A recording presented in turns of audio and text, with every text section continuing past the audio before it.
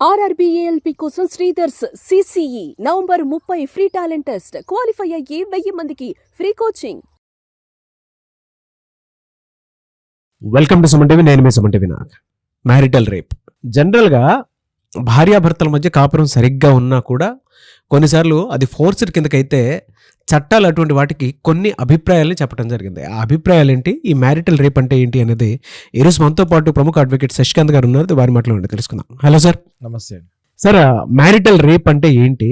జనరల్గా అంటే ప్రతి ఒక్కరు ఏమనుకుంటారనంటే మ్యారిటల్ రేప్ అంటే కొన్ని రైట్స్ ఉంటాయి, హ్యూమన్ అనగానే కొన్ని రైట్స్ ఉంటాయి చట్ట ప్రకారం కనుక మనం చూసుకుంటే. బట్ భార్యాభర్తల్లో కూడా కొన్ని ఉంటాయి అని చెప్పేసి చట్టాలు చెప్తున్నాయని చెప్తున్నారు.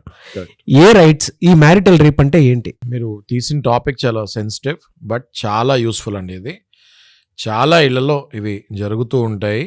మనం గనక చూసుకుంటే నాగరాజు గారు, ఉన్న కేసెస్లో highest cases in India is matrimonial cases అని చెప్తాలో నాకు 1% కూడా సందేహం లేదు. అంటే డైవర్స్లు, జీడబ్ల్యూఓపీలు, మెయింటెనెన్స్లు, జీడబ్ల్యూఓపీలు అంటే చైల్డ్ కస్టడీలు, మెయింటెనెన్స్లు, ఇవే గొడవలు. ఓకే, మీరు కనుక ఒక సందులోకి వెళ్తే ఆ సందులో 20 ఇళ్ళు ఉంటే దగ్గర 15 ఇళ్ళల్లో ఈ గొడవలు ఉన్నాయి. అది నేను చెప్పింది కాదండి, స్టాటిస్టిక్స్ చెప్పింది. ఓకే, మ్యారిటల్ రేప్ మీరు ఏదైతే అన్నారో దాని డెఫినిషన్ కనుక మనం తీసుకుంటే rape after marriage. Simple. Rape ఏంటి, ఆఫ్టర్ మ్యారేజ్ ఏంటి అంటే, మన హిందూ ట్రెడిషన్లో మ్యారేజ్ చేస్తానికి ఒక 3-4 కారణాలు ఉన్నాయి. ఒకటి రీప్రొడక్షన్, అంటే సెక్షువల్ కన్సెంట్ తోటి సెక్స్లో పాల్గొంటాము, పిల్లల్ని కంటాము, ఒకళ్ళకొకళ్ళు, భార్యకి భర్త, భర్తకి భార్య జీవితాంతం తోడుగా ఉండాలి, అన్యోన్యంగా ఉండాలి. These are the main objectives of our Hindu custom marriage. అయితే ఇందులో మీరు చూడండి, నేను చెప్పినట్టు మీకు సగానికి సగం అంటే 100 మందిలో దగ్గర 60-70% వరకు కొట్టుకుంటున్నారు, డైవర్స్లకు వెళ్తున్నారు. ఈ కొట్టుకొని డైవర్స్కి వెళ్ళేటప్పుడు కోర్టు ఏం చెప్తుంది అంటే, ఒకవేళ వాళ్ళిద్దరిలో ఏమాత్రం కానీ కలిసే ఆప్షన్స్ ఉంటే జ్యుడిషియల్ సపరేషన్ చేస్తుంది. అంటే ఏమంటుందంటే, మీరు ఇప్పటి నుంచి జ్యుడిషియల్గా సపరేట్ ఉన్నట్టు, కానీ మీ పెళ్ళి అనే బంధం ఇంకా లైవ్లోనే ఉన్నట్టు. అంటే మీరు ఇంకో పెళ్లి చేసుకుంటానికి వీలు లేదు. కూలింగ్ పీరియడ్ అంటే ఈ సపరేషన్ టైంలో 3 నెలల నుంచి 6 నెలల వరకు జ్యుడిషియల్ సపరేషన్ ఇస్తారు. ఈ సపరేషన్ టైంలో మీరు గనక మనసు మార్చుకొని మళ్ళీ కలుసుంటే ఒక దంపతులని మళ్ళీ కలిపినట్టు ఉంటుంది అని చెప్పేసి కోర్టు ఏం చెప్తుంది, జ్యుడిషియల్ సపరేషన్ చేస్తుంది. ఈ జ్యుడిషియల్ సపరేషన్ క్రమంలో భర్త గనక భార్య పైన అత్యాచారానికి గురిపడితే అది 100% రేప్ కేసు కిందకి మళ్ళీ అవుతుంది. సెక్షన్ 67 ఆఫ్ BNS ఏం చెప్తుంది అంటే, మ్యారేజ్ అయిన తర్వాత కూడా జ్యుడిషియల్ సపరేషన్లో ఉన్నప్పుడు కానీ, ఏదైనా గొడవల్లో ఉన్నప్పుడు కానీ భర్త లైంగికంగా భార్యని ఫోర్స్ చేస్తే, అంటే నో అనిన తర్వాత కూడా సెక్స్లో పాల్గొంటే 100% అది రేప్ కిందకు వస్తుంది. మీరు సెక్షన్ 67 కింద పోలీస్ స్టేషన్కి వెళ్ళి మీ హస్బెండ్ మీదనే రేప్ కేసు వేయచ్చు. నో అంటే నో, ఇంకంతే. ఇప్పుడు అఖిల్ సాబ్ మూవీ మనం చూసామండి, when women says no, it is no. మీరు ఇంకా గట్టిగా మాట్లాడితే జ్యుడిషియల్ సపరేషన్ కూడా లేదు, భార్యాభర్త కలిసే ఉన్నారు, అన్యోన్యంగానే ఉన్నారు.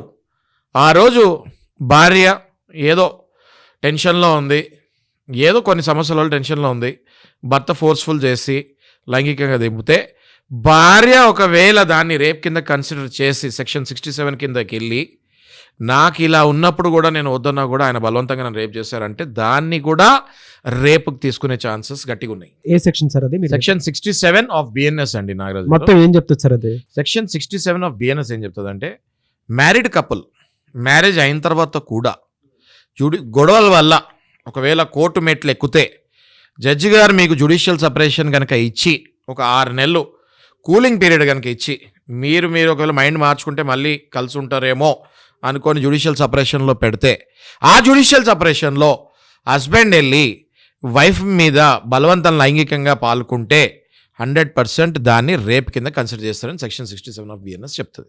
సరే, ఒకే గదుల్లో ఉంటారు భార్యాభర్తలు, దాన్ని ఎలా మనం అంటే ఇదే జరిగింది, ఇది రేప్ కేసు అని మనం ఎలా నిర్ధారణకు వచ్చేస్తాము? ఎందుకంటే 4 గదుల్లో జరిగి వాళ్ళిద్దరి మధ్య తెలుసు. మేబీ ఒకళ్ళు ఫేక్ ఏమో, ఒకళ్ళు కావాలని చేస్తున్నారేమో, చెప్పలేము కదా.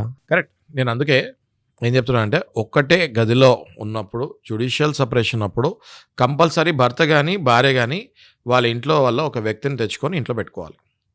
ఈ జ్యుడిషియల్ సపరేషన్లో ఆ వ్యక్తే ఈ హస్బెండ్ కనుక వచ్చి ఫోర్స్ చేస్తే ఆయన మీకు సాక్ష్యం లాగా పనికొస్తారు. కాదు సార్, వాళ్ళు డోర్ లాక్ చేసుకొని గొడవ పడుతూ ఉంటారు, ఇంకోటి ఏదో చేస్తూ ఉంటారు. అది ఎట్లా ప్రూవ్ చేస్తామంటాను నేను. 100% ప్రూవ్ చేయొచ్చు. ఎలా? ఒకవేళ అమ్మాయి వాళ్ళ తల్లిని తెచ్చుకొని ఉంచుకున్నారు అనుకోండి ఇంట్లో ఈ జ్యుడిషియల్ సపరేషన్ టైంలో, మీరు డోర్ నాక్ చేసుకొని లోపల గొడవ పడుతూ ఉంటే ఆ తల్లికి అర్థం కాదా ఏం జరుగుతుందో అక్కడ? అర్థం చేసుకోండి నారాజు గారు, it is very easy to find out a forceful sex in any house. Very easy to find out. Forceful sex అయితే ఐడెంటిఫై చేయడానికి ఒక ఇది ఉంటుంది, లాంగ్వేజ్ అయితే తెలుస్తుంది, కానీ బట్ కొన్నిసార్లు బయటికి రాకుండా కూడా ఉండిపోతూ ఉంటుంది.